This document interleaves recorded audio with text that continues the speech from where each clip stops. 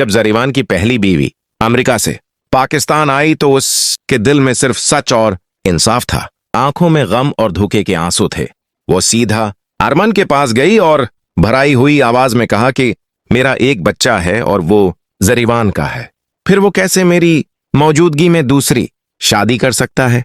अरमान ने गहरी सांस लेकर उसे सारा सच बता दिया। जरीवान और वसीम की साजिश, बतूल के साथ धोखा और जायदाद हथियाने का मंसूबा। ये सब सुनकर वो औरत कुछ लम्हों के लिए खामोश हो गई, जैसे वक्त रख गया हो।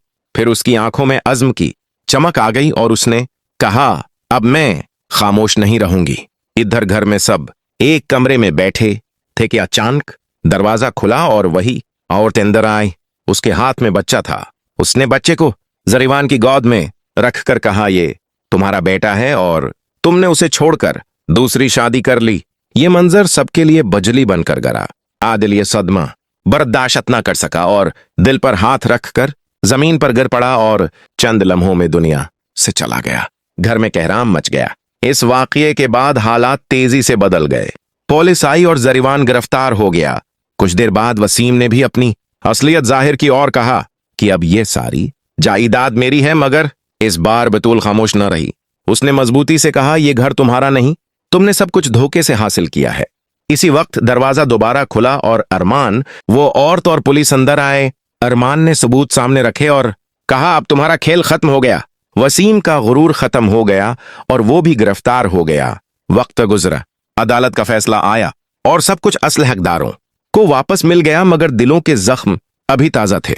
बतौल अब पहले जैसी ना रही थी। वो अपने बच्चे के साथ नई जिंदगी शुरू करने की कोशिश कर रही थी और अक्सर रात की तन्हाई में बच्चे को सीने से लगाकर कहती कि मैं तुम्हें कभी अकेला नहीं छोड़ूंगी। अरमान उसके साथ था मगर दोनों के दरमियान खामोशी थी।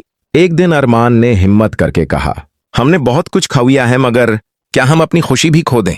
राहा ने कुछ देर सोचकर कहा, खुशी वापस लाना आसान नहीं, मगर शायद हम उसे दोबारा तलाश कर सकते हैं। मगर कहानी यहां खत्म न हुई।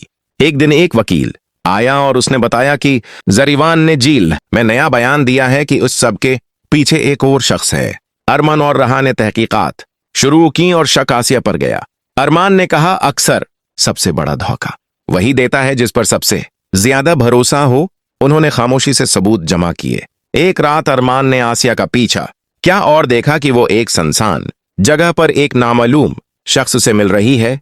अगले दिन उसने सब कुछ राहा को बताया और दोनों ने फैसला क्या कि पहले उस शख्स की शिनाख्त मालूम की जाए। कुछ दिन बाद हकीकत सामने आई कि वो कोई और नहीं बल्कि आदिल का पुराना बिजनेस पार्टनर कामरान शाह था। यह इंकिशाफ सबके लिए हैरान कन था। असल में कामरान शुरू से उस जायदाद पर नजर रखे हुए था। उसने जरीवान और वसीम को इस्तेमाल क्या और फिर आसिया को अपने जाल में फंसाया। इधर आसिया अंदर से टूट चुकी थी। एक रात वो अकेली बैठकर रो रही थी कि मैंने ये सब क्यों किया। मगर अब वापसी आसान नहीं थी। इधर अरमान और राहा ने एक मंसूबा बनाया और कामरान को रंगे हाथों पकड़ने के लिए जाल बिछाया। राहा ने झूठी खबर फैलाई कि उसके पास अभी भी अहम दस्तावेजात हैं।